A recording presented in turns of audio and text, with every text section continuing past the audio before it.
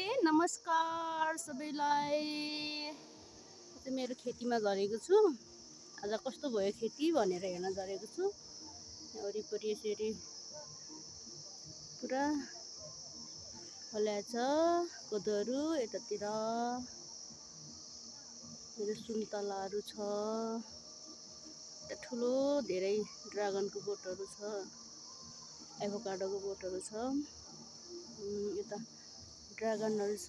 ड्रागनहरू चाहिँ यति फलिसक्यो, टिपिसक्यो। एक दुईवटा चाहिँ छ, लागिरहेको छ। त्यो चाहिँ अब हिउँदा लाग्यो। अब त्यति साह्रो हुँदैन, चिसोले गर्दाखेरि। चिसोले भेटौँ यसरी चाहिँ अलिअलि आफूलाई खानुहुने गरी चाहिँ यसरी फलफुलहरू लगाएको छु। यता हुँदो तलाईसम्म छ अनारको बोटहरू, सुन्तला। यसरी सुन्तलाहरू फलिरहेको छ।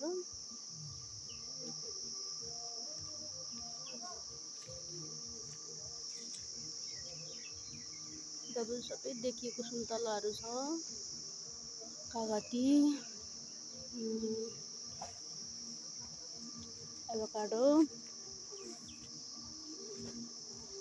एभोकाडोहरू फलिरहेको छ। यसरी थुप्रो फलिरहेको छ।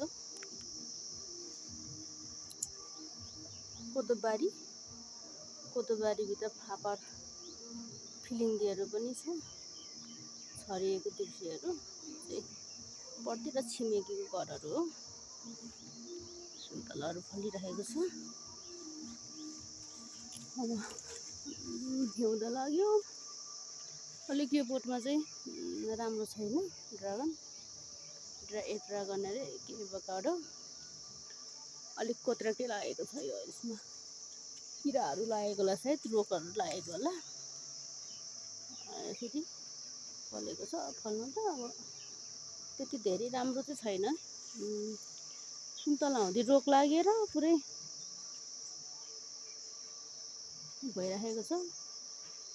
यसरी सबै छाँच्न कागतीहरू छ। कागतीहरू फलिरहेको छ।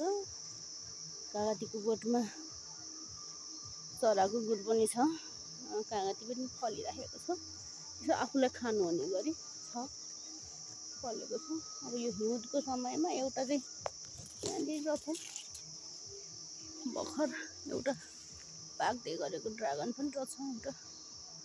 अब हिउँदो लाग्यो, अब चिसोमा खासै हुँदैन। यसरी सुन्तलाको बोटमा पहेँलो रोग पनि लागिरहेको छ। यसको उपचार गर्नुपर्ने अवस्था देखियो। ओहो,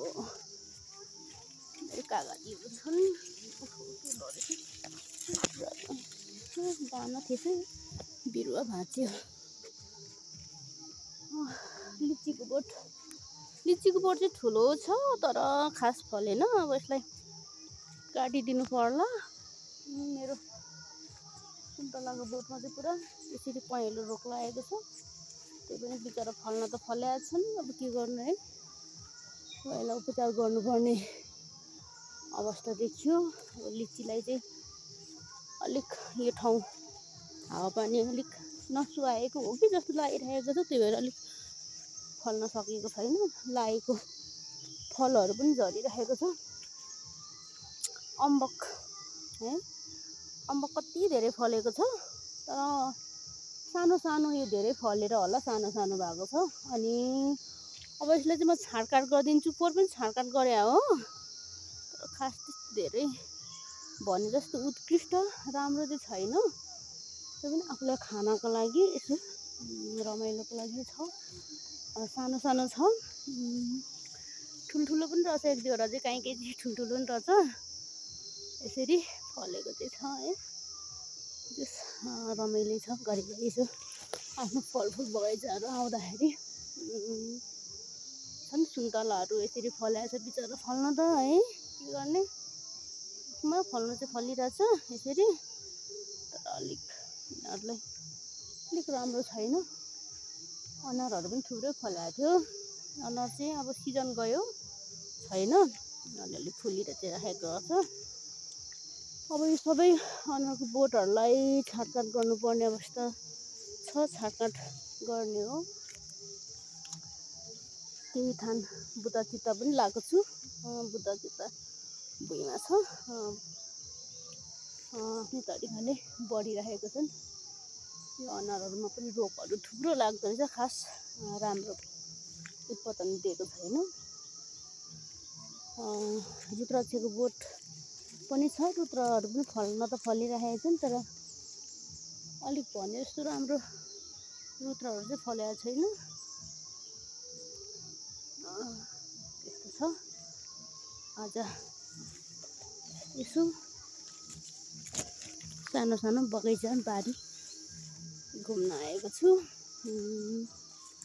त्यसैको अवसरमा एउटा सानो भिडियो बनाउँ भनेर यो रुद्रको बोटो देखिएको सबै यता पछाडि देखिएकोहरू चाहिँ सबै फलफुलहरू छ, फलफुलहरू लगाएको छु।